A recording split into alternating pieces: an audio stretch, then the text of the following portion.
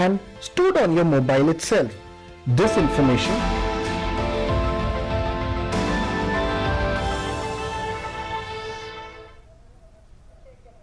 Namaskar, hope you're doing well. Welcome to our special program, Dr. Speak. This is a platform where our medical experts are present for you. If you have any doubts, any question related to COVID-19 outbreak, how to stay safe, this is the platform where you should call us. It's a live phone-in program. You should take down our phone numbers. We'll be also scrolling them on the bottom of the screen. 011 is the Delhi code.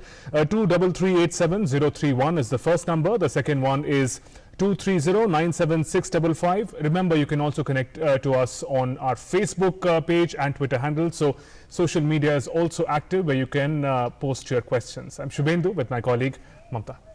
बहुत बहुत स्वागत हमारे सभी दर्शकों का। ये एक ऐसा शो है जो सिर्फ आप लोगों के लिए है, क्योंकि आपके मन में कोरोना को लेकर, संक्रमण को लेकर जो भी सवाल हैं, उन सब के जवाब आपको डॉक्टर्स, एक्सपर्ट्स के जरिए यहाँ पर मिल सकते हैं। बहुत तरीके की ऐसी भ्रांतियां हैं, बहुत तरीके के ऐसे विचार हैं, बहुत तरीके की ऐसी खबरें हैं जो खासतौर पर सोशल मीडिया पर आए दिन हमको देखने सुनने को मिलती रहती है। लेकिन क्या वो सब सही है? एक बड़ा सवाल है ये। इसका जवाब तलाशने के लिए आपको सिर्फ डॉक्टर स्पीक इसी प्रोग्राम का रुख करना है, क्योंकि यहां पर आप खुद हमसे अपने सवाल पूछ सकते हैं। और ये सवाल आप इन फोन नंबर्स जो स्क्रीन पर दिखाई दे रहे हैं, इन नंबर्स पर पूछ सकते हैं। ये सवाल आप फेसबुक पेज पर, डीडी न्यूज के फेसबुक पेज पर भी पोस्ट कर सकते हैं। हमारे ट्विटर हैंडल पर भी आप अपने सवाल भेज सकते हैं। आपके सवालों का हमें इंतजार रहेगा, लेकिन फिलहाल इस कार्यक्रम में आपका परिचय करवा देते हैं हमारे विशेषज्ञों के साथ। हमारे साथ इस कार्यक्रम में आज जुड़े हुए हैं डॉक्टर देबाशीष चौधरी। आप विभागाध्यक्ष न्यूरोलॉजी के जीबी पंत अस्पताल से। बहुत बहुत स्वागत है आपको डॉक्टर देबाशीष। और हमारे साथ डॉक्टर तरुण मित्तल भी जुड़े हुए हैं, गैस्ट्रोइंटेस्टिनल सर्जन हैं आप, गंगाराम हॉस्पिटल के। आपका भी बहुत बहुत स्वागत है डॉक्टर तरुण मित्तल। डॉक्टर तरुण, आपसे अगर मैं शुरुआत करना चाहूं, क्योंकि एक बड़ी तस्वीर अगर हम कोरोना संक्रमण की देश में देखते हैं तो अमूमन ये देखा जाता है कि जो कुल आंकड़े हैं संक्रमण के, उन पर जोर दिया जाता है। लेकिन क्या आप इस बात को मानेंगे कि कुल आंकड़े जो हैं हमारे, उन आंकड़ों को नहीं बल्कि जो लोग ठीक हो गए हैं, जो लोग स्वस्थ हो गए हैं, रिकवरी रेट जिनका बेहतर हो गया है, और जिन लोग का या फिर जो मृत्यु दर है, अगर इन दोनों आंकड़ों को देखें तो क्या हम ये माने कि एक सकारात्मक तस्वीर सामने आती है कि कुल संक्रमण जिन लोगों में है उनसे हटकर जो रिकवरी रेट है हमारे देश का, वो बहुत ज्यादा है? मैं बिल्कुल आपकी बात से सहमत हूं कि अभी हिंदुस्तान में रिकवरी रेट धीरे धीरे करके बढ़ रहा है। इस समय 62-63% है, दिल्ली का 70% से भी ऊपर है। हर जगह का अलग अलग भी माने तो सबका अलग अलग है और बढ़ रहा है हर समय। और मृत्यु दर हमारा पूरे वर्ल्ड में अगर हम देखें तो बहुत कम है, इस समय 2.6-2.7% है। तो ओवरऑल जो मरीज जिनमें कोई बीमारियां नहीं है, डायबिटीज, हार्ट मरीज, उनको छोड़ के ज्यादातर मरीज ठीक होके जा रहे हैं। ज्यादातर मरीज, कुछ मरीजों को तो कुछ तकलीफ ही नहीं हो रही है। अब कल ही मेरे पास एक मरीज आया जिसका मुझे ऑपरेशन करना था, उसका हमने कोरोना टेस्ट कराया और वो पॉजिटिव आया और उसको कोई तकलीफ नहीं थी। तो बहुत सारे मरीज ऐसे हैं जो बिना तकलीफ के घूम रहे हैं या बिल्कुल ही माइल्ड सिम्टम्स के साथ घूम रहे हैं, और बिल्कुल डरने की जरूरत नहीं है। ज्यादातर मरीज ठीक होके जा रहे हैं। Right. Dr. Debashish Chaudhary, if we can come to you, if you can address the issue of stigma associated with this disease right in the beginning. How important is it to spread the word that everyone is equally vulnerable to this disease, whether it's the common folk or renowned personalities? Because today what's making news is also film stars, sports stars, a lot of leaders getting COVID. So this disease does not differentiate between people. So people should also not associate stigma with this disease. Yes, I think you are absolutely right. Actually, the virus does not discriminate between rich and poor, Yes. between famous and non-famous, ordinary, between the common man or VVIP, right? So virus can attack anybody at any point of time. So the main thing here is to understand for everybody the disease is there, and the people have to take the same kind of precautions. The same kind of precautions we have been telling for last 6 months. There's social distancing, Right. frequent hand washing, using a mask. But despite this, there is a fear among the people that, well, if this person has got corona, then I can also get corona, you know. And there have been a lot of cases of this stigmatization. The doctors have been stigmatized, the health workers have been stigmatized, the people have been asked to vacate their houses. So therefore, I would request through your program to tell everybody that everybody actually is vulnerable. And today, something is happening to one person does not mean that tomorrow it might not happen to you. The main thing is to fight this together. And there you have raised one very important point, that is the responsibility is not only to not to get an infection, the responsibility is also not to pass the infection to other person by using the same precaution. So that's a moral responsibility. So that is very important. Right doctor Devashish, ये पहला सवाल आप ही से लेना चाहेंगे। एक सवाल जो हमारे फेसबुक पेज पर आया है वो ये कि महेश अरोड़ा सवाल पूछ रहे हैं, वो ये जानना चाहते हैं कि अगर आप ये स्पष्ट कर सकें कि मॉर्निंग वॉक के वक्त किसी को मास्क पहनने की जरूरत है अगर फेस शील्ड पहन रखी है, क्योंकि नॉर्मल फेस शील्ड पहनकर भी वॉक किया जा सकता है, अपने आप को क्या बचाया जा सकता है, क्या कहेंगे आप? हाँ बिल्कुल, फेस शील्ड पहन के आप घूम सकते हैं, लेकिन मेरे हिसाब से मास्क ज्यादा बेहतर है और ज्यादा प्रोटेक्टिव है, क्योंकि आपको मालूम नहीं कि आप कितने क्लोज कांटेक्ट में और एक दूसरे पर्सन के साथ आएंगे मॉर्निंग वॉक करते समय। हो सकता है कि आपका कोई दोस्त हो, कोई और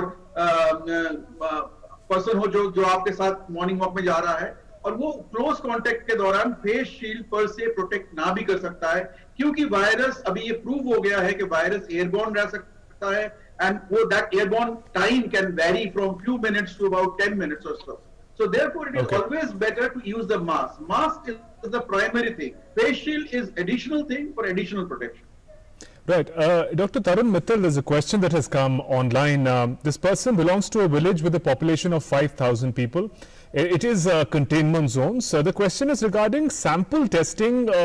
How many people, if the population size is 5,000 of the containment zone, how many people are required to go for sample testing? He wants a broad idea. Agar aap bata. I think approximately 10% of the people should undergo the testing, and then they can collaborate with those samples.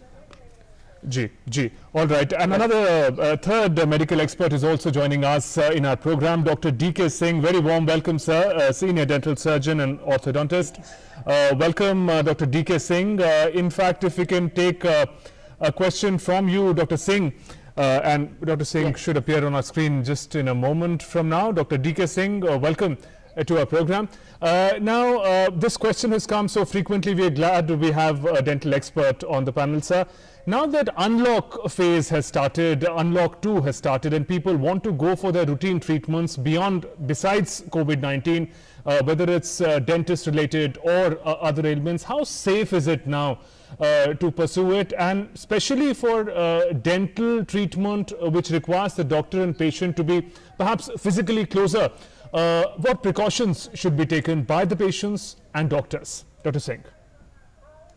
Yes, it's very safe if you take all the precautions, but few things have to be taken into consideration. First, there should not be any walking patients allowed inside the clinic. They should first call and fix up the appointment, because while talking on the phone, we screen the patient about their temperature, about their coughing, about their throat, and any history of traveling or any other ailment, relatively as diabetes, heart disease. And if we find them fit, otherwise then we call them. And we call them, we take the thermal screening, we do the pulse oximeter, oxygen plus pulse, and then we sanitize their hand and we take the patient into the waiting room. And once he is inside the waiting room, we provide the required kind of wrapping, what kind of treatment they are going to get, depends on that. And then we do the treatment with the precautions after proper sanitization and all those things. Right. जी, यानी कि जो लोग lockdown के दौरान अपने दांत संबंधित समस्याओं को होल्ड पर जिनको ने रखा हुआ था, अब अनलॉक के बाद वो सभी सुरक्षा संबंधित जो एहतियाती कदम है उनको उठाते हुए जरूर कर सकते हैं। डॉक्टर देवाशीष, एक सवाल जो आपसे जानना चाहेंगे, रेशमा खन्ना पूछना चाहते हैं कि क्या ये स्पष्ट है कि कोविड-19 एयरबॉर्न है? आपने भी कहा था कि एयरबॉर्न है, लेकिन जो एक्सपर्ट्स हैं उन्होंने ये इस तरीके से भी इस तस्वीर को साफ किया है कि जो बंद कमरों में है, जो वहां पर इसका अलग असर पड़ता है और जो खुले में है उसका अलग असर पड़ता है। चूंकि रेशमा ने ये सवाल पूछा है, आपसे सवाल जानना चाहेंगे कि जो एयरबॉर्न है कोरोना वायरस, इसको लेकर क्या स्पष्ट तौर पर सामने आया है अभी तक अध्ययनों के द्वारा? हाँ, देखिए पहले इसमें बहुत सारे दुविधा थी, there was a lot of uncertainty, but आपको मालूम होगा कि करीब 250 scientist all over the world काफी एनालिसिस के बाद WHO को पत्र लिखा था कि जिसमें उन्होंने बोला है कि अभी काफी एविडेंस एक्यूमुलेट हो गए हैं जिससे पता लगता है कि ये एयरबॉर्न भी हो सकता है। और इसमें ये जो माइक्रो ड्रॉपलेट्स हैं, ये माइक्रो ड्रॉपलेट्स एयर में कुछ दिन देर के लिए विस्तार हो सकते हैं। अब क्लोज एनवायरनमेंट होगा, जैसे एयर कंडीशन रूम्स हो गए, कैफेटेरियाज हो गए, जहां पर आप पूरा एयर कंडीशन है, एयर कंडीशन ओटीज हैं, इस सब में अगर ये संक्रमण माइक्रो ड्रॉपलेट्स के जरिए फैलते हैं तो फिर ये दूसरे को इन्फेक्ट कर सकते हैं। So this was a concern. So ये अगर है तो इंडोर हमारे जो पॉलिसीज हैं, जो इंडोर हमारे बिजनेस एस्टेब्लिशमेंट्स हैं, मॉल्स हैं, रेस्टोरेंट्स हैं, उनको नए सिरे से देखना है हमें। सो उनका क्या क्या प्रावधान करना चाहिए कि जो कि जिससे ये वाला पार्ट टेकन केयर ऑफ हो। So that is the implication of this particular new finding. Right. Dr. Tarun, if you can turn to you, sir. The past about 3-4 months of lockdown has, although it's a relatively shorter period, but very intensely it has impacted our lifestyles. A lot of activities were prohibited, people couldn't go out, and we get a lot of questions about people having developed gastric related problems in all this while, because they can't exercise, they can't go for walks. Now they can perhaps, but for a long time they couldn't. Going forward, what kind of routine should people in general follow, especially senior citizens who haven't been getting exercise like usual, and their gastric related problems have increased? See, gastric related problem, one of the thing which can happen with these patients who are these people who are sitting indoor is constipation can happen in these patients, because they are not walking, and anyhow they are tense. So now with precautions, we should start doing our normal routine, wearing mask, maintaining social distance, doing frequent hand washes. If these 3 points you are taking care of, you should now start your routine activities for normal general public, except our senior citizens who should not go out for just taking few grocery items. This should be done by people who are younger in their house, and that precaution should be taken. Otherwise, I think normal routine should start. Now is the time of unlocking. Now is the time for younger people to develop immunity. So if they develop immunity, they will protect. If there is herd immunity, 60-70% of the people get infected, then the elderly people are themselves getting protected because the younger people has got the immunity. So that is the concept we should start. And now point of locking and applying restrictions, I think, is gone, because now the infrastructure is there to take care of the patients. As today's news was there in Hindustan Times, 2/3 of the beds are vacant in Delhi, because now complicated cases are not less, they are there. Most of them are getting home treatment, are getting better. Right. यहाँ पर doctor DK Singh, आपसे एक सवाल जानना चाहेंगे corona से जुड़ा हुआ, जिसमें सिम्टम्स की बात की गई है। एक हमारे व्यूअर ने, दर्शक ने हमसे एक सवाल पूछा है फेसबुक पेज पर कि पहला लक्षण ऐसा क्या है जिसको देखकर पहचाना जाए कि भाई ये कोरोना है। लेकिन वहीं साथ में एक और सवाल सिम्टम को लेकर आया हुआ है, जिसको हरे कृष्ण खुंतेता पूछ रहे हैं कि नए सिम्टम्स क्या हैं कोविड-19 के। मतलब हाई फीवर होता है, कॉफ होता है, सांस लेने की समस्याएं होती हैं, बॉडी पेन होता है, लॉस ऑफ स्मेल होता है। ये तमाम बातें, खबरें सुनते रहते हैं हम। क्या इससे हटकर कोई और नया सिम्टम भी है? यही कॉमन सिम्टम्स हैं जिनसे हम लोग स्क्रीनिंग कर सकते हैं, और अगर ये सिम्टम्स होते हैं तो हम लोग उसे रेफर कर देते हैं कोविड हॉस्पिटल के लिए, बिकॉज हम सिर्फ डेंटल ट्रीटमेंट करते हैं उसका, हम कोरोना का कोई ट्रीटमेंट नहीं करते हैं। और स्क्रीनिंग में अगर हमें टेम्परेचर बढ़ा हुआ मिलता है, या हिस्ट्री में उसको कोल्ड एंड कफ मिलता है, खांसी मिलती है, और उसके अगर ऑक्सीजन कंटेंट कम मिलता है उसमें पल्स ऑक्सीमीटर में, तो हम उसे रेफर कर देते हैं, फिर हम लोग उसे ट्रीटमेंट के लिए नहीं लेते। All right, we have the first caller of the day joining us. Snehalata is joining us from Agra. Snehalata, welcome to the program. आपका सवाल? हेलो। Hello Snehlata, welcome. हाँ, नमस्ते। जी मैम, अपना सवाल पूछें। हाँ, मेरा सवाल ये है डॉक्टर से कि मैं जो है गवर्नमेंट एम्प्लॉय हूँ सर जी, और मेरी एज 58 है, और मैंने 2 साल पहले दोनों घुटनों का ऑपरेशन कराया था। अभी नी रिप्लेसमेंट कराया था, तो ऐसी कंडीशन में क्या मैं अपने ऑफिस जाने में कोई मेरे लिए रिस्क तो नहीं है? डॉक्टर देवाशीष, आप जवाब देना चाहेंगे? हाँ मैम, ऐसा है कि आपका नी रिप्लेसमेंट कब हुआ था? 2 साल पहले का उन्होंने बताया सर। 2 साल पहले का। जी। तो अभी आपको कोई खतरा नहीं है, आपको जो यूजुअल प्रिकॉशंस हैं वो आप ले सकते हैं और बिल्कुल ऑफिस जा सकते हैं। अगर आप प्रॉपर प्रिकॉशंस लेंगे तो आपको कोई खतरा नहीं है। लेकिन अगर आपको डायबिटीज है, हाइपरटेंशन है, तो उसका सही तरीके से इलाज करना और उसको कंट्रोल करना बहुत जरूरी है। जी स्नेहलता जी, सोशल डिस्टेंसिंग और मास्क का जरूर ध्यान रखिएगा जब आप ऑफिस जाएं। All the best to you. जी, एक फेसबुक पेज पर सवाल आया है, मनीष जिंदल पूछ रहे हैं कि कोरोना पॉजिटिव है ये, और ये कंफर्म करना चाह रहे हैं कि घर में क्वारंटीन के बाद रीटेस्टिंग क्या की जाएगी? क्या चांसेस हैं कि क्वारंटीन के दौरान जो वायरस है वो नहीं मरेगा, यानी कि ये रिकवर नहीं हो पाएंगे? क्या क्वारंटीन के दौरान क्या कुछ ये संभावनाएं बनती हैं, और क्या होम क्वारंटीन के बाद रीटेस्टिंग की जाएगी? इसको लेकर डॉक्टर तरुण मित्तल, आप जवाब दे सकते हैं। पहले गवर्नमेंट का ये निर्देश था कि होम क्वारंटाइन करने के बाद, अगर आप क्वारंटाइन है तो आप 2 हफ्ते बाद टेस्ट कराइए, और आप 2 बार नेगेटिव होंगे उसके बाद ही आप जा पाएंगे या आइसोलेशन सेंटर में है। बट वो ऑर्डर अब गवर्नमेंट ने खत्म कर दिया है, और जनरली अगर पेशेंट को सिम्टम नहीं है और 7 दिन हो गए हैं, 7 दिन से बुखार नहीं है, तो वो यूजुअल प्रिकॉशंस के साथ अपनी रूटीन जिंदगी स्टार्ट कर सकता है। घर पे अगर वो क्वारंटाइन है तो ऑब्वियसली उसको क्वारंटाइन जब है तो अपने घर वालों से नहीं मिलना है, घर वालों से अलग रहना है, अलग कमरे में रहना है, उसका सामान सब कुछ अलग होना चाहिए, उसका डिस्पोजेबल अलग होना चाहिए, सारा जो वो डिस्पोज होना है उसको अच्छी तरह से ध्यान रखना है। But as such repeat testing health care workers की ज्यादा इंपॉर्टेंट होती है, क्योंकि वो ड्यूटी पे जाएंगे और मरीज को संक्रमित कर सकते हैं। बट जनरली आजकल रूटीन रिपीट टेस्टिंग की जरूरत नहीं है, अनटिल आप कोई ऑपरेशन हो रहा है आपका, उससे पहले जरूरत पड़ती है, या आप कभी दोबारा अस्पताल में जॉब के लिए जा रहे हैं जब।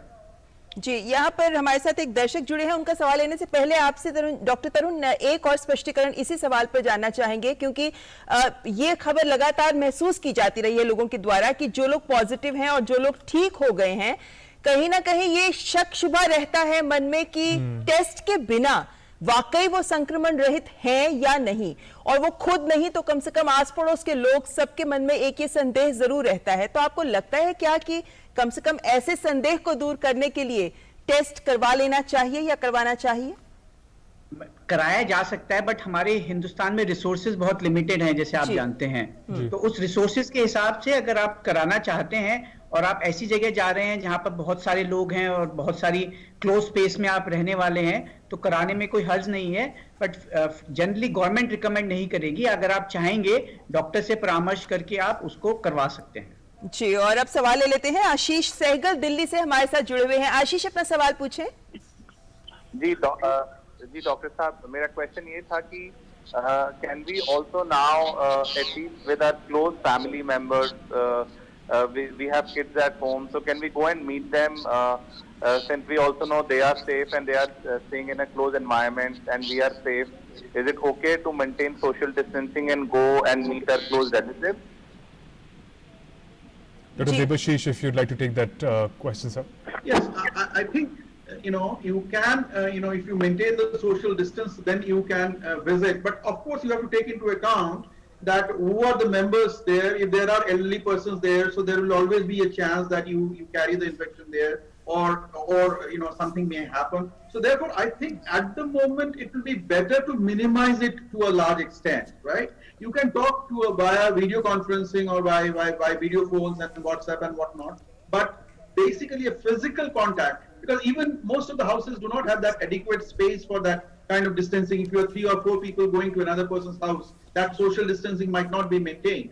So therefore, I would say that unless there is some pressing demand, you should still avoid going frequently to your relatives' places. Right, Dr. Debashish, another question that has come online, and this is about the kind of treatment and cure that exists for COVID-19. We all know that race for vaccination is still on across the world, in India as well. In the meanwhile, when we hear people have recovered, people are cured, what kind of cure are we talking about? Is the virus completely eliminated from people? Are people cured completely, or does some traces remain? A lot of questions come on in this context, sir. Yes. So I think you are right that there is a lot of confusion about it. First of all, people have to understand virus is not a living being. It only enters the cell and uses the host cell machinery. वो जो शरीर में प्रवेश करके ही वो जिंदा होता है, और एक स्थिति आती है जब वो होस्ट मशीनरी उसके पास अवेलेबल नहीं होता तो वो डाई कर जाता है, बॉडी रिकवर कर जाता है. This happens in all viral infections, including COVID-19, right? And in COVID-19, it has been seen that the majority of the people will have enough immunity or enough body resistance that the virus will enter their body, will play some tricks, will have some symptoms, but they will generally recover. But in some people, what will happen that their body's own immune system will trigger a cascade of chemical reactions in which there will be a lot of chemicals which will be released in the body by the cells themselves, which are going to harm the body in various ways. Like clots may be formed, like infarctions may occur, like swellings may occur. So all these things will have a complication, and various organs in the body like heart, like brain, like the kidneys, they may be affected and they become serious. And progressively they will become dependent on either mechanical ventilation or by other aids. So therefore, this serious patient, these patients who require hospitalization, oxygen supplementation, or intensive care in the form of ventilation and other modalities, they will require some kind of treatment to prevent that. Now, there are two types of treatment. One type of treatment is an antiviral drug. We do not have yet a specific drug for against COVID-19. Right. So what we have instead, there are a lot of antiviral drugs which have been tried for other viruses, and now they have been tried hoping that they will yield some benefit in COVID-19 patients. One such drug is remdesivir. As you know that it has shown that it will shorten the hospital stay, but it will not prevent the mortality, right? Then there are drugs which are not called biologicals. They will prevent these side effects, like the biological effects of the virus. And one such drug is what we call as IL-6 inhibitor tocilizumab. And there is another mAb which is now being produced in India, which has been used. So these are also helpful in serious, critically ill patients to get out of the hook and get better. Right doctor DK Singh, हालांकि हम कार्यक्रम के शुरुआत में जवाब दे चुके हैं कि अगर दंत चिकित्सक के पास जाना है तो कोई समस्या नहीं है, लेकिन प्रिया सिंह ये सवाल पूछना चाहती हैं, तो ब्रीफ में अगर आप दोबारा एक बार आश्वासन दे सके हमारे दर्शकों को कि डेंटल ट्रीटमेंट के लिए इस कोरोना काल में जाना कितना सुरक्षित है अगर कोई सिम्टम नहीं है पेशेंट को? बिल्कुल सुरक्षित है, 100% सुरक्षित है डेंटल ट्रीटमेंट के लिए आना. अगर कोरोना के सिम्टम्स नहीं है या आपको कोरोना नहीं है, तब भी हम लोग आप पोटेंशियली कोरोना से पीड़ित हैं ये सोच के ट्रीट करते हैं और सारे प्रिकॉशंस लेते हैं कि अगर सिम्टम्स नहीं है फिर भी हम आपको वैसे ट्रीट करेंगे, वही प्रिकॉशंस लेंगे कि आप में सिम्टम्स हैं. प्रॉपर पीपीई किट के साथ, प्रॉपर सैनिटाइजेशन के साथ, प्रॉपर इस तरह के प्रोसीजर्स करते हैं जिसमें एरोसॉल्स कम से कम जनरेट हो. हालांकि हम लोगों के एरोसॉल्स उतने डेंजरस नहीं हैं जितने मेडिकल फील्ड के हैं जो बहुत तेजी से निकलते हैं, बम्बार्ड करते हैं. हमारे उसमें थोड़ा सा वाटर स्प्रे होता है और वो वैसे भी सलाइवा को डाइल्यूट कर देता है, और बहुत हाई सक्शन के साथ हम लोग काम करते हैं जिससे एरोसॉल मुंह से बाहर ना आने पाए. बहुत ही हाई वैक्स सक्शन लगाते हैं आजकल, जो स्पेशली इस समय प्रिकॉशंस ले रहे हैं, तो वो उसके साथ पूरी तरह से सेफ है डेंटिस्ट के साथ patients. Right. Dr. Singh, there's one more question online that has come. If people have a modest house, they have just one washroom in the house. Is quarantine, is social distancing then possible in the house? And there's also a part of the question that, you know, one usually keeps the toothbrush of the family, they're kept close by, kept together. So when we talk about social distancing, should our clothes, things like toothbrush, common toothpaste, should they also be kept at a distance, Dr. Singh? नहीं, उसकी जरूरत नहीं है. Toothpaste में खुद antiseptic, antibiotic वो होते हैं, इंग्रेडिएंट्स होते हैं, और वो अगर आप कर भी लेते हैं तो भी वो 2-2.5 घंटे तक वो मेंटेन रखता है. तो ब्रश जनरली लोग एक दूसरे का नहीं करते हैं, अलग अलग रहते हैं, लेकिन साथ में खाली रखने से कोई इन्फेक्शन नहीं होता है. डॉक्टर तरुण, आपसे एक सवाल जानना चाहेंगे जो आया हुआ है फेसबुक पेज पर ही कि 1 साल का बच्चा है इनका, और ये पूछ रहे हैं कि क्या ब्रेस्ट फीडिंग सेफ है या फिर कुछ खास प्रिकॉशंस जो लेने जरूर चाहिए. नहीं, अगर पेशेंट संक्रमित नहीं है और अपने बच्चे को दूध पिलाना चाहता है तो बिल्कुल पिला सकता है, कोई प्रॉब्लम नहीं है किसी भी तरह की। कोई संक्रमित के precaution नहीं। मामले में संक्रमित के और मामले ठीक में हो चुका है। अगर वो ठीक हो चुका है तो ऐसे में जैसे आपने बात करी थी पहले में, माँ का टेस्ट करा लिया जाए तो बेटर रहेगा जी। और करा सकते हैं, कोई प्रॉब्लम नहीं है। Right, and Dr. Debashish, another person, Swati Agarwal, she's a young mother. The baby is 6 months old, and she has to join work in a bank after maternity leave. Now that it is over, how safe would that be for the mother and the child, even if social distancing and other precautions are taken? No, it will be safe. I mean, one has to, kind of now get back and unlock. But only thing is that it has to be ingrained in the lifestyle that you have to take that precaution of frequent hand wash, wearing mask, and having a social distancing. So most of the provisions are being made in the banks also now. Right. So there are barriers which have been set up. There are people are sitting way apart. So I don't think that there is a problem in that. कुछ ऐसे सवाल भी हैं जिसमें ये समझ में आ रहा है कि जो अलग अलग तरह के सिम्टम्स वाले लोग सामने आ रहे हैं या एसिम्प्टोमेटिक हैं, उनको लेकर भी संदेह हो रहा है। ऐसे में एक सवाल आया हुआ है कि विदाउट सिम्टम्स भी एसिम्प्टोमेटिक भी पॉजिटिव डिटेक्ट हो रहे हैं, एसिम्प्टोमेटिक नेगेटिव भी डिटेक्ट हो रहे हैं, इसमें क्या फर्क है? नहीं, देखिए ऐसा है, मैंने जैसे बताया कि इसका एक वाइड स्पेक्ट्रम है और इसीलिए आज के दिन में कोई भी, जैसे डॉक्टर सिंह ने बताया, उनके पास कोई भी पेशेंट आते हैं तो वो समझ के चलते हैं कि ये कोरोना पॉजिटिव है until and unless proved otherwise. So similarly, most of us should also know that any person Right. who looks healthy, well, it doesn't mean that he doesn't have corona, because then that might be an asymptomatic person. So therefore, the social responsibility is that it's not only that we fear that we get the infection, we should also have that thing in mind that we should not transmit the infection. How do I do that? I do the proper precautions. I take mask, I do my hand washing, I keep the social distancing. So therefore, symptomatic और asymptomatic का जो distinction है, वो हमारे दिमाग से हटना चाहिए। हमें ये बोलना चाहिए कि हम सब predisposed हैं, हम सब vulnerable हैं और हम सभी को precaution लेना है। And we have another caller joining us on the phone line from Delhi, Rohini. Hello. हाँ जी। जी, Hello, मुझे जी, अपना नाम बताएं। welcome to the program. अपना सवाल पूछें। राजेंद्र जी। अच्छा, मैं पेज मेकर हूँ, जी। हार्ड वाला। हेलो जी जी जी, हम आपकी आपकी आवाज जी। सुन पा रहे अच्छा, हैं। न्यूरो अपना असर है, सवाल मेरा न्यूरो असर पड़ा है। जी राजेंद्र, एक बार में पूरा सवाल पूछे प्लीज। मैंने कहा देखो, मुझे देख रहा हूँ कहीं बीमारी न हो तो कहीं कोरोना हो, इसलिए मैं सोच रहा हूँ। मैं पेज मेकर में हूँ, पेज मेकर भी है हार्ट तक पे। जी बाजी। हेलो हेलो हेलो, आपकी आवाज हमें आ पा रही है लेकिन आपका सवाल स्पष्ट नहीं हो पाया है अभी तक। एक मिनट सुनो तो जी, टीवी का वॉल्यूम राजेंद्र जी कम कर लीजिएगा, सीधे फोन पे सवाल पूछेगा, दोबारा ट्राई करिएगा अगर इनकेस फोन लाइन डिस्कनेक्ट हो गई। जी doctor Kumar, doctor DK Singh एक बार आपसे एक सवाल जानना चाहते हैं, क्योंकि जो पॉल समिति ने रिपोर्ट रखी उसके मुताबिक ये कहा गया है कि जो 45% मौतें होती हैं वो पहले 48 घंटे के दौरान होती हैं। क्या ये बात समझनी भी जरूरी है कि जैसे ही आपको कोई लक्षण आए, अगर वो लक्षण ज्यादा तीव्र है तो ऐसे में डॉक्टरी सलाह या डॉक्टर से के पास तुरंत जाएं? यानी बहुत सारे लोग ये सोचकर देरी करते हैं कि स्टिग्मा होगा, आसपास के लोग क्या कहेंगे, इस तरीके की तमाम बातें हमारी सोच हमारे दिमाग में आती हैं।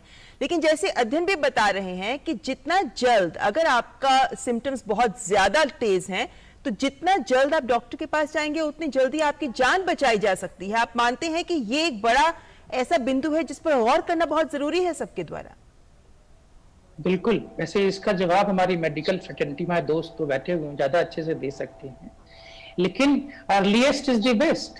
जितनी जल्दी पहुंचेंगे उतनी ज्यादा डॉक्टर प्रिपेयर होंगे आपको शुरू से ट्रीट करने के लिए और कोई कॉम्प्लिकेशन डेवलप नहीं होंगे आपको। डॉक्टर देवाशीष, आपसे भी इसका जवाब जानना चाहेंगे, क्योंकि बहुत सारे ऐसे केसेस आपके सामने भी आए होंगे जहां बिना बात के देरी कर दी गई पेशेंट्स के द्वारा और उसकी वजह से उनकी जान पे बनाई। जी, तो ये जानना जरूरी है कि क्या लक्षण है जो हमें इंडिकेट करता है कि हमारी हालत खराब हो सकती है या होने वाली है। सबसे बड़ी बात है, सांस की दिक्कत अगर बढ़ जाए, थोड़ी सी भी दूर चलें और सांस फूलने लग जाए। आपके पास अगर घर में पल्स ऑक्सीमीटर हो तो पल्स ऑक्सीमीटर में देखा गया पहले 98-97% आ रहा था और अब 94% आ रहा है। तो ये एक संकेत है कि आपको दिक्कत बढ़ रही है। आपके पास कोई और प्रॉब्लम्स हो रहा है, जैसे आपको चेस्ट पेन हो रहा है, आपको स्ट्रोक जैसा मैनिफेस्टेशन हो रहा है, या हाथ में वीकनेस आ गया, आपको अगर बहुत ज्यादा फैटिग हो रहा है, आप उठ नहीं पा रहे हैं, बोल नहीं पा रहे हैं, तो ये सारा चीज संकेत करता है कि आपकी बीमारी बढ़ रही है। आपका फीवर अगर बहुत हाई ग्रेड चल रहा है और किसी तरह रिस्पॉन्ड नहीं कर रहा है, तो भी ये संकेत है कि आपको इन्फ्लेमेटरी रिएक्शन बहुत ज्यादा हो रहा है। इसमें अगर आप एडमिट हो जाएंगे और आपको प्रॉपर इवैल्यूएशन होगा, क्योंकि हम बहुत सारे बायोकेमिकल टेस्ट करते हैं जिससे हमें पता लगता है कि आपको कॉम्प्लिकेशंस होने की कितने चांसेस हैं, उसके हिसाब से दवाई चेंज हो सकता है। जैसे आपने सुना होगा रिसेंटली स्टेरॉइड्स का यूज जो है करने के लिए प्रावधान आया है सिक पेशेंट में, यूके में रिपोर्ट आया है डेक्सामेथासोन यूज करने से मौतें कम हो गई हैं। तो इस तरह से हम वो देख सकते हैं और जांच कर सकते हैं। तो इसीलिए जब भी आपको लगे कि सिर्फ एक आपको थोड़ा बहुत कफ कोल्ड है, गला थोड़ा खुसखुस कर रहा है, थोड़ा माइल्ड फीवर हुआ जो पैरासिटामोल से ठीक हो गया, तो कोई बात नहीं। लेकिन इससे ज्यादा अगर दिक्कत हो, आपको लगे कि नहीं बहुत ज्यादा फैटिग हो रहा है, बहुत ज्यादा दिक्कत बढ़ रही है, सांस की दिक्कत बढ़ रही है, तो आपको तुरंत अस्पताल जाना है। Right. Dr. Tarun Mittal, there's a question that has come again in the context of unlock, when services are now available, people are having electricians, plumbers and other services coming to home. An electrician, Rekha Srivastav says, had visited her house. He was careful, he was wearing a mask, he took the shoes outside, he didn't touch any surfaces as such. Now that the work is done and the electrician has left, should she sanitize the entire area where he worked? Should such actions be taken when people from outside come and work in the house? जहां पर उसने अगर touch किया है चीजों को, उसको hypochloride solution से आप साफ कर सकते हैं। हाइपोक्लोराइड सॉल्यूशन हर जगह अवेलेबल होता है अपना एक एक्स्ट्रा प्रिकॉशन लेने के लिए। अगर उसको पहले, ये भी चीज जरूरी है, जब वो आ रहा है उससे पहले पूछ लिया जाए। एक उसका आरोग्य सेतु ऐप, जैसे मैं एक सोसाइटी में रहता हूं तो उसको हम आरोग्य सेतु ऐप चेक कर लेते हैं कि वो कहीं कंटेनमेंट जोन से तो नहीं आ रहा है। तो वो एक बहुत अच्छी चीज है। अगर वो कंटेनमेंट जोन से आ रहा है तो उसको अवॉइड किया जा सकता है। और अगर उसको कोई तकलीफ है, बुखार वगैरह आ रहा है, तो जब उसको नहीं आने दें। आ गया है और जहां जहां उसने टच किया है तो उसके साफ कर लिया जाए, उससे ज्यादा जरूरत नहीं। और शीशे वगैरह खुले, अपनी खिड़कियां खुले रखें ताकि वेंटिलेशन होती रहे। तो वो वायरस अगर है भी तो वो चला जाएगा, जरूरत नहीं है कुछ ज्यादा करने की। जी, इस वक्त हमारे साथ दिल्ली से सतीश अरोड़ा जुड़ गए हैं फोन लाइन पर। सतीश, अपना सवाल पूछें।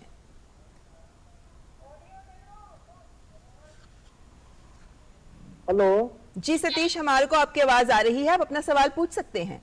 मैडम, मैं ये प्रोग्राम डेली देखता हूँ तकरीबन मास्क और सैनिटाइजर ये मार्केट में इतने अवेलेबल है कि लेने के लिए जो है ना दिक्कत हो जाती है।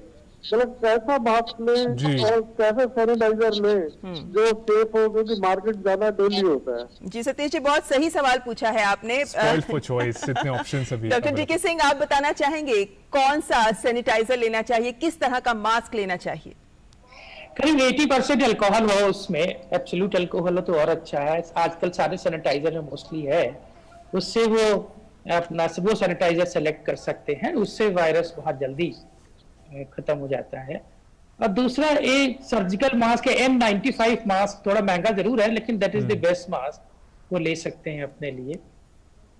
लेकिन जैसे N95 के लिए कहा जाता है कि अगर आप संक्रमित व्यक्ति के साथ हैं या जिसमें लक्षण है उसके साथ हैं या फिर जो डॉक्टर स्वास्थ्य कर्मी है उनको यूज करना चाहिए। ऐसे में अगर सामान्य मास्क आपको लेना है तो उसके लिए भी कुछ ख्याल रखना चाहिए, क्योंकि कहा जा रहा है कि 2 लेयर्स होनी चाहिए कपड़े की, 3 लेयर्स होनी चाहिए तो बेहतर है। सुनने को आ रही हैं 3 लेयर वाला ज्यादा अच्छा है। राइट, तो 3 लेयर्स कपड़े की होनी चाहिए ताकि वो ड्रॉपलेट्स को रोक सके।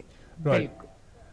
जी, यहाँ पर देवशीष जी, एक सवाल आपसे जानना चाहेंगे, क्योंकि धैर्य रवल ने एक सवाल पूछा है कि रीअकरेंस के क्या चांसेस हैं। लेकिन ऐसा ही एक सवाल हमारे पास कुछ देर पहले भी आया था फेसबुक पेज पर, जिसमें यह बोला गया था कि क्या दोबारा ये हो सकता है, क्योंकि एक बार कहा जाता है कि एंटीबॉडीज अगर शरीर में बन गई है तो फिर आप रेजिस्टेंट हो जाते हैं। अमूमन देखा गया है कि जो लोग पॉजिटिव होकर क्योर हो गए हैं, स्वस्थ हो गए हैं संक्रमण के बाद, वो थोड़ा एहतियात बरतना कम कर देते हैं, ये सोचकर कि अब उनको तो संक्रमण हो नहीं सकता।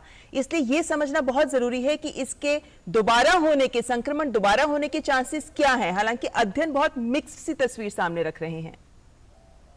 बिल्कुल आपने ठीक कहा और ये बहुत अहम प्रश्न है, लेकिन अफसोस अभी भी इसका शोध कार्य चल रहा है। अभी भी हमें पूरी तरह से मालूम नहीं है कि ये वायरस किस तरह से बिहेव कर रहा है in terms of antibody production. और सब लोगों में क्या समांतर एंटीबॉडी प्रोड्यूस हो रहे हैं, वो अगर प्रोड्यूस भी हो रहे हैं तो कितने दिन तक रह रहे हैं, अगर उसका बॉडी का लेवल कम हो जा रहा है तो क्या ये फिर से वल्नरेबल हो जा रहे हैं इन्फेक्शन के लिए, नहीं।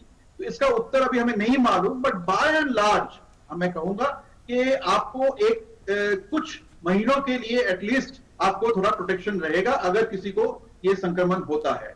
लेकिन again this is a grey area, अभी तक पूरी तरह से मालूम नहीं है क्योंकि हमने लार्ज डेटा सेट को एनालाइज करना है। अभी doctor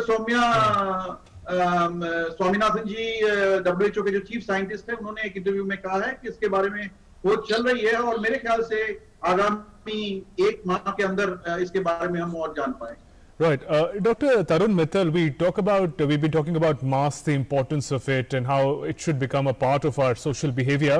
And there are such variety of masks. The previous question was also about there are so many variety, cloth masks, N95 masks and other varieties. But what about keeping the mask clean? What about behaviors related to the mask? Where do we keep the mask when we're not wearing it? How often should we wash it? How can we clean it? If you could just give us broadly how to take care of our masks in particular. और इसी के साथ ये जरूर बताइएगा कि mask को सही ढंग से पहनने का भी क्या तरीका है, क्योंकि मास्क लगा लेना जरूरी नहीं है, मास्क को सही ढंग से पहनना भी जरूरी है। फेस के ऊपर, माउथ के ऊपर करते हैं पर नोज के ऊपर नहीं करते हैं, तो what is the right way to handle mask, doctor Mittal? सबसे पहली चीज, जैसे कि हम अस्पताल में, मैं पहले आपको बताता हूं जो हम लोग कर रहे हैं N95 मास्क के लिए, हम इन N95 मास्क को हम लोग धो नहीं सकते हैं, बिल्कुल नहीं धोना है इन मास्क को, है ना, जो N95 हम पहनते हैं, क्योंकि इसमें एक आयंस होते हैं जिससे कि वो वायरस छटता है, वो खराब हो जाता है अगर धोते हैं। तो हम इसको क्या कर रहे हैं कि जैसे हमने 5 मास्क ले लिए, हर चौथे दिन हम जो पहला मास्क है उसको ड्राई करने को रख देते हैं धूप में, तो फिर उसको हम चौथे या 5वें दिन पहनते हैं। तो अगर हमारे पास 5 या 6 मास्क हो गए तो वो 1 महीने के लिए हमारे चल जाते हैं और हर 5वें दिन हम उसको चेंज करते रहते हैं। तो एक चीज तो ये हो गई है। दूसरी चीज, जैसे कि जो मास्क होता है एक वेल्व वाला मास्क होता है, जो आपने देखा होगा, एक बहुत मैंने मीडिया कर्मियों को भी देखा है, जो एक छोटा सा एक वेल्व होता है जिससे कि वो जब आप वो बहुत गलत मास्क है, वो बिल्कुल भी नहीं पहनना चाहिए। वो सर्जिकल मास्क से भी खराब है, जो 3 प्लाई मास्क है, क्योंकि वो पॉल्यूशन के लिए बना हुआ है, वो इस समय के लिए नहीं है। क्योंकि अगर आप संक्रमित हैं तो आप वो चीज दूसरों को फैला सकते हैं, क्योंकि वो जो हवा है वो बाहर जा रही है, वो आपको तकलीफ कम देगी, क्योंकि वो आपके लिए बहुत कंफर्टेबल हो जाएगा, क्योंकि वो एयर ट्रैप नहीं होगी अंदर, तो आपको सांस की तकलीफ नहीं होगी। जैसे हम देखते हैं 2-3 घंटे जब हम पहन लेते हैं तो हमें सांस तकलीफ होने लगती है, CO2 रिटेन होती है, मुश्किल होने लगती है सांस लेने में, वो चीज कम होएगी, बट संक्रमित होने के चांस बहुत ज्यादा हो जाएंगे। तो वेल्व वाला मास्क बिल्कुल भी नहीं पहनना चाहिए। अस्पताल जा रहे हैं, कहीं भी जा रहे हैं, आप 3 प्लाई मास्क पहने वो फिर भी ठीक है, बट वेल्व वाला मास्क बिल्कुल नहीं पहनना चाहिए।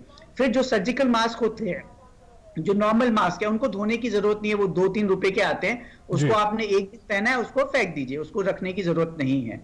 तो ये मेन चीजें जो मैं आपको बताना चाहता हूं। कपड़े के मास्क होते हैं सर, होममेड मास्क होते हैं जो कपड़ों से बनाया हुआ, घर के कॉटन कपड़ों हो सकते हैं, बिल्कुल बिल्कुल। होममेड मास्क अगर आप कपड़े का यूज कर रहे हैं, that you can wash it of, that is not a problem. Normal साबुन से आप धोएंगे वो ठीक हो जाएगा, सूख जाएगा, आप उसको यूज कर सकते हैं, उसमें कोई प्रॉब्लम नहीं है। जी, इस वक्त फेसबुक पेज पर एक और सवाल आया है रेशमा खन्ना का। Doctor Devashish, you want to say something? आप कुछ कहना चाहते हैं? एक मास्क के बारे में एक और बताना चाहूंगा कि ये मास्क पहनना और उतारना अपने आप में बहुत इंपॉर्टेंट है, किस तरीके से आप पहनेंगे और किस तरह की।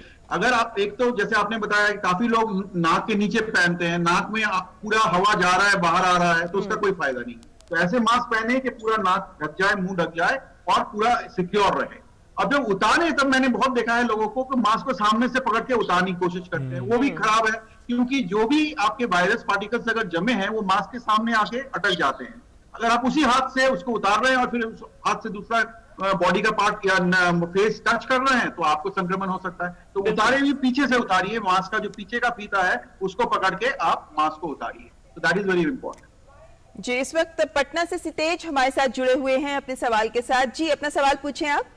हेलो मैम, मैं पटना से हूँ। मेरा सवाल ये है कि अगर हम बाजार से कुछ सामान लाते हैं जी, तो उसे घर में डायरेक्ट यूज करें या उसके लिए मतलब क्या प्रिकॉशन रखें?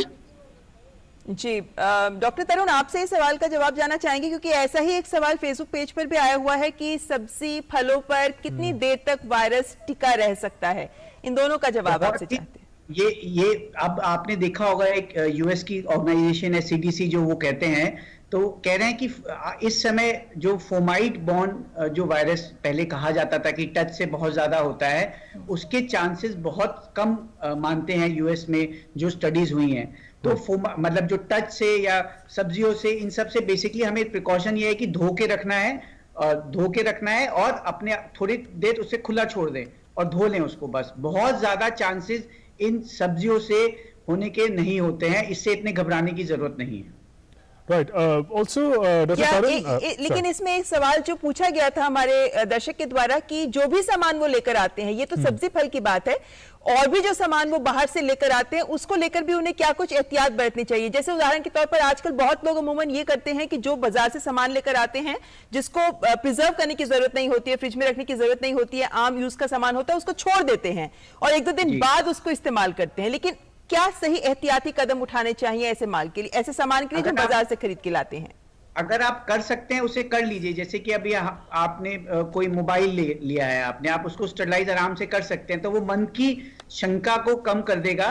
But as such fomite transmission होने के चांसेस बहुत ज्यादा नहीं होते हैं और उससे इतना ज्यादा डरने की जरूरत नहीं है। मोर प्रिकॉशंस हैं, हाथ साफ रखें, सब्जियां साफ हो, फ्रेश चीजें यूज करें, वो सारी चीजें ज्यादा जरूरी है। Right, Dr. Debashish, something related to getting things from outside. We know air travel has started, although people are still advised to only travel if it's very essential. The luggage that we carry from planes, from the airports back home, if we want to clean them, I mean, what are the risks of having virus on the luggage? What precautions should people take vis-a-vis their luggage in case of air travel? As a protocol, while leaving the airport, they are being sanitized, and before coming to home, I will again advise that they need to be sanitized by hypochlorite solution or a good sanitizing agent, because the chances are there that because of the handling by the crew and by the other porters and all, there might be a chance of a transmission. So therefore, I think the luggage needs to be sanitized. I mean, there is no doubt about that. And so something called UV light boxes, question has come. Are these useful to sanitize masks or household items? Small boxes that have UV rays to sort of clean vegetables and other things. Especially mobiles and masks. Are such gadgets important? Dr. Debashish? No, so so there are a lot of suggestions that float around in the social media and also in the web, but the validity of this is not proven, and there are actually not enough studies to show that actually the virus is getting affected by the UV light. So I am not in a position to give my comments on that, but we have to see and look for a study. So I am not very particularly keen on that. I think the 70% alcohol sanitization is the best method. All right. We have another caller from Bihar, Patna. Vinod is joining us. Mokama. Vinod, स्वागत है आपका programme में। बोल रहे हैं sir कि यह आजकल इतना दहशत में लोग चल रहे हैं, और मेरे परिवार में भी हैं लोग, किसी को खांसी हो जाता है, किसी को सर्दी हो जाता है, उसके लिए इम्यूनिटी बढ़ाने के लिए क्या क्या करना पड़ेगा जिससे कि लोगों में शांति प्रदान हो, उसको मिलते रहे? Doctor Tarun Mittal, it's a valid but also common question, immunity कैसे बढ़ाएं? Because we know our immunity could be our first defence against the virus, so specially in this season that monsoon is here, how to go about it, sir? Dr. Tarun, if you can respond to that one. Doctor Tarun, आपको हमारी आवाज आ रही है? आपको relax रखना है जी। Dr. Tarun, I think there is a bit of connectivity problem. Your frame is freezing. Dr. D.K. Singh, if I can still be connect with Dr. Tarun again. Dr. Singh, if you can respond to that question. Immunity boost करने के लिए, what are the steps that can be taken? सबसे जरूरी है अपने mind को clutter free रखें, बहुत ज्यादा चिंता ना करें, परेशान ना हो, थोड़ी सी एक्सरसाइज करें जो बहुत जरूरी है, थोड़ा योगा प्राणायाम करें, और बहुत सारी आयुर्वेदिक चीजों के लिए लोग कहते हैं, बट एलोपैथ में तो जब तक वो प्रूव ना हो, उसके ऊपर कोई साइंटिफिक पेपर ना हो, तो नहीं कहते हैं, नहीं उसको रिकमेंड करते हैं। बट लोग कहते हैं विटामिन सी लें या नींबू लें, उससे ठीक हो जाती है, कुछ और भी चीजें आई हैं, बट बेस्ट मेरे हिसाब से जो चीजें हैं, थोड़ा सा अपना माइंड फ्री रखें और एक्सरसाइजेस करें, प्राणायाम करें। अगर आप प्राणायाम करने में अपनी ब्रेथ को रोक सकते हैं 40-50 मिनट्स, तो आप फिट हैं। और ज्यादा परेशान होने की जरूरत नहीं। 40-50 seconds, I think that's what you meant. Okay, Debashish जी, एक और सवाल, क्योंकि हम जानते हैं कि इस समय बहुत सारे लोग ऐसे हैं जो होम आइसोलेशन में हैं या होम क्वारंटीन में हैं। ये रेणु पांडे पूछ रहे हैं सवाल कि जब आप होम क्वारंटीन में हैं तो जिस तरीके का खाना आप खाते हैं, क्या उसको लेकर भी कुछ खास ध्यान रखना चाहिए?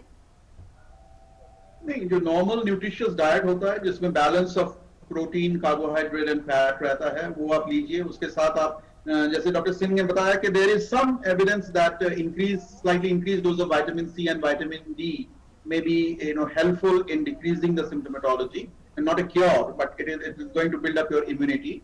But I think protein intake is very important component of the diet. आपका protein intake ठीक होना चाहिए, and I think in India में this is the problem with many of us, that we don't have adequate intake of protein, and that is one important aspect. And secondly, as he has rightly said, that the immunity is not only from the diet. Immunity also builds up in the mind through the mental activity, and the mental activity में जो आपका calmness है, आपका जो एक tranquility का state है, चिंता ना करना, चिंता फ्री होना, मुक्त होना, वो भी आपका शरीर में immune factors produce करते हैं, वो भी जरूरी है। तो उसके लिए जैसा भी आपको ठीक लगे आप प्रयत्न करें, या तो योगा कर सकते हैं, प्राणायाम कर सकते हैं, मेडिटेशन कर सकते हैं, अपने लोगों के साथ बात कर सकते हैं, फैमिली मेंबर्स के साथ मिलजुल के। मैंने बहुत लोगों को सुना है कि ये लॉकडाउन के दौरान को ज्यादा टाइम मिल रहा है, वो लोगों से बात कर रहे हैं घर में, तो उनको बहुत अच्छा लग रहा है, उनका they feel that they are more fresh than what they used to be. Right. Dr. Debashish, another question, if I can bring to you. This is vis-a-vis the medium through which the virus travels. We know through aerosols the virus can travel. This question is about, the person says there is a tea shop near my house. There's a lot of smoke that comes from the tea shop into their house. They're concerned, can the virus travel through the smoke? Can such a thing happen? They're very concerned about it. No. The virus cannot, because the smoke is produced after burning, and the virus is basically a protein with an envelope of lipid. So with the heat, the burning, the virus is going to die. So through the smoke it cannot come. जी, तो यानी एक और सवाल इसी से जुड़ा हुआ पूछा जा रहा था किसी दर्शक के द्वारा फेसबुक पेज पर कि क्या सिगरेट स्मोक के जरिए भी ये कोरोना फैल सकता है? तो मेरे को लगता है आपका जवाब इसी बारे में है कि धुएं के जरिए नहीं फैलता। लेकिन देवाशीष जी, एक और सवाल जो पूछा जा रहा है वो भी आप इसके लेकिन सिगरेट रिकमेंडेड नहीं है इसके लिए, सिगरेट नहीं पीना, बिकॉज सिगरेट से आपका जो एंटायर रेस्पिरेटरी सिस्टम है वो वल्नरेबल हो जाता है। बिल्कुल ठीक है ना, तो इसीलिए सिगरेट नहीं पीना। सिगरेट नहीं पीना, उससे इम्यूनिटी आपकी बहुत कम हो जाती है, तो आप ज्यादा प्रोन हो सकते हैं, आपको कोरोना जल्दी पकड़ सकता है। एक सवाल और पूछ रहे हैं विवेक गौतम, वो कह रहे हैं कि अगर बाय एयर 1 साल के बच्चे के साथ अगर वो 2-2.5 घंटे का बाय एयर सफर कर रहे हैं, तो ऐसे में यात्रा करते वक्त, हवाई यात्रा करते वक्त किस तरीके की प्रिकॉशंस उनको लेने चाहिए? डॉक्टर देवाशीष। यात्रा करने के लिए प्रिकॉशंस तो सेम रहेंगे। प्रिकॉशंस आपके क्योंकि आपके साथ बच्चा है तो आपको और भी थोड़ा केयरफुल रहना पड़ेगा। आपको most of the times mask पहन के रखना पड़ेगा, फेस शील्ड लगाना पड़ेगा। अगर आप ग्लव्स लगाते हैं तो केयरफुल रहना पड़ेगा कि वो ग्लव्स आप बच्चे के मुंह के आसपास नहीं ले जाएंगे। That is very very important, because gloves can be counter productive also.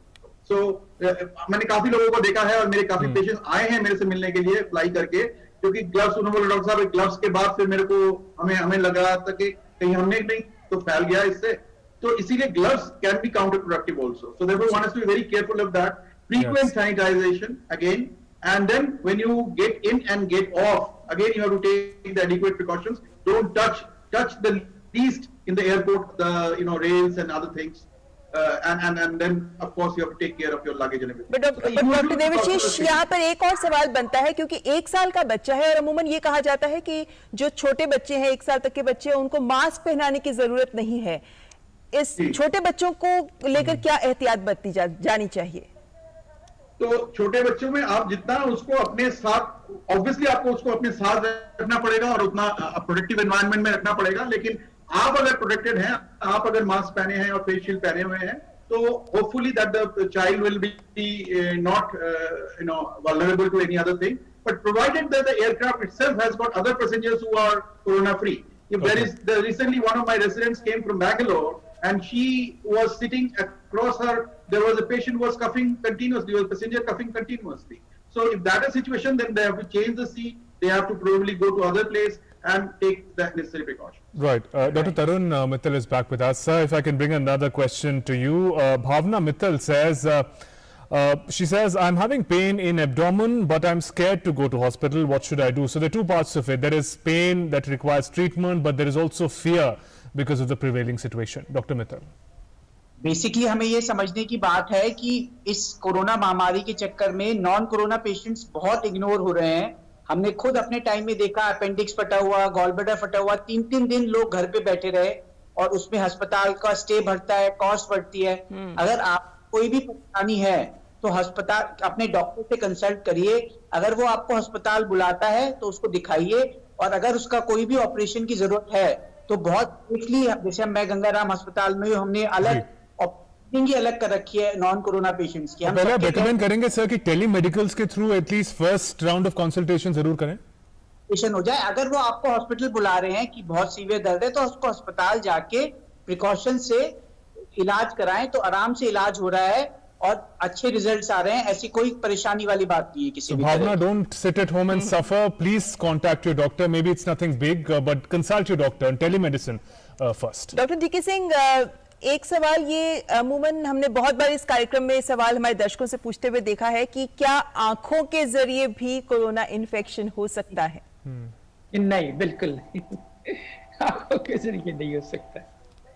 अगर आप कोई ड्रॉपलेट आपके ऊपर नहीं आती है, आपके माउथ में नहीं जाती, आपके ब्रेथ में नहीं जाती है वायरस की, तब तक कोरोना इन्फेक्शन नहीं हो सकता। इनफैक्ट अगर स्किन पे भी कोई ड्रॉपलेट गिरती है मान लीजिए और वहां पे कट नहीं है तो भी उससे भी नहीं हो सकता है वो। डॉक्टर देवाशीष, यहाँ पर यह भी एक ऑप्शन होता है कि अगर आपके हाथों में संक्रमण है, मतलब जर्म्स लगे हुए हैं, आप गंदे हाथों को अपनी आंखों पर लगाते हैं, जिसकी वजह से कहा जाता है कि भाई फेस शील्ड पहन लीजिए। आपको लगता है कि ये एक जरिया है जिसके जरिए आइस के थ्रू इन्फेक्शन हो सकता है? जी, कंजंक्टिवल परमेशन कैन हैपन, आई के थ्रू से हो सकता है, बट कॉमन जो इन्फेक्शन मोड है वो थ्रू नोज है, माउथ के आसपास एंड नोज, एंड आपके हाथ में अगर है और आप अगर आपका फेस टच कर रहे हैं तो then there you are likely to get into and spread the virus to this thing. But definitely that is why the face shields are recommended, that sometimes when the patient coughs, और आप जैसे हम लोग लेते हैं RT-PCR के लिए swab लेते हैं, तो काफी समय क्या होता है, पेशेंट को खांसी का रिफ्लेक्स आता है और काफी सारा वायरस आता है, वो आपके अगर आप फेस शील्ड नहीं है, प्रोटेक्टेड नहीं है, तो आपके आंख में जा सकता है और उससे आपको। Dr. Debashish, one final question. One final question that has come in, sir. We talk about comorbidities. A person wants to know, patients of kidney and heart disease in particular, what precautions should they take apart from the usual social distancing, wearing a mask and other things? So patients of kidney disease are very very prone because जो virus है, ये जो ACE receptors है, ये ACE receptor vessels में होते हैं, kidneys में होते हैं, मसल्स में होते हैं और ब्रेन में होते हैं, तो यहाँ वायरस जा सकता है। तो किडनी डिजीज के पेशेंट्स बहुत ज्यादा वल्नरेबल है, स्पेशली अगर वो डायलिसिस में है, तो उनको खास प्रोटेक्टिव एनवायरनमेंट में रहना है और उनको कंसल्टेंट से बात करके वो पूरा एक प्रोटोकॉल बनाना है। So that is very very important, because what has been seen is that these patients are most vulnerable and they are the patients who are dying actually. That people who have got multi-organ failure, and many of the patients are having a kidney failure because of that. Even a lot of patients have come with a cardiac failure, like myocardial infarction or acute pulmonary edema due to cardiac failure. So इसीलिए उनको भी आपको एक important comorbidity है। जी बिल्कुल, तो यानी कि ये सारे वो प्रोटोकॉल्स हैं जिनका ख्याल सबको रखना होगा, लेकिन यहाँ पर वक्त कम है। हालांकि सवाल अभी भी बहुत सारे हैं जिनके जवाब नहीं मिल पाए। अपने दर्शकों को हम यही कहेंगे कि आप कल 2 से 3 के बीच में अपने सवाल दोबारा पूछिएगा, ताकि आपको अपने सवाल का सही जवाब विशेषज्ञों के द्वारा ही मिल सके। फिलहाल डॉक्टर देवाशीष, डॉक्टर तरुण और डॉक्टर टीके सिंह, बहुत बहुत शुक्रिया है आपका हमारे साथ जुड़ने के लिए। और अपने सभी दर्शकों को यही कहना चाहेंगे एक बार फिर कि कोरोना से डरिए नहीं, क्योंकि कोरोना का हल है। हल इस मायने में कि आपका इलाज संभव है अगर आप वक्त पर अस्पताल जाते हैं, लेकिन उससे भी पहले अगर आप सारी एहतियात बरतते हैं, अपने हाथ को साफ रखते हैं, आप मास्क पहनते हैं, सोशल डिस्टेंसिंग का पालन गंभीरता से करते हैं, तो ऐसे में आप अपने आप को संक्रमण से दूर रख सकते हैं। तो इसलिए घबराइए नहीं। And thanks to our doctors and thanks to our callers and also questions that were posted online. Through you, we understood the challenge of COVID-19 a little better. Once again, take very good care of yourself and remember only to depend on verified information from experts. That's why we come to you every day without a break at 2 p.m. in the afternoon with our medical experts. So take good care. We'll take your leave for now. Namaskar.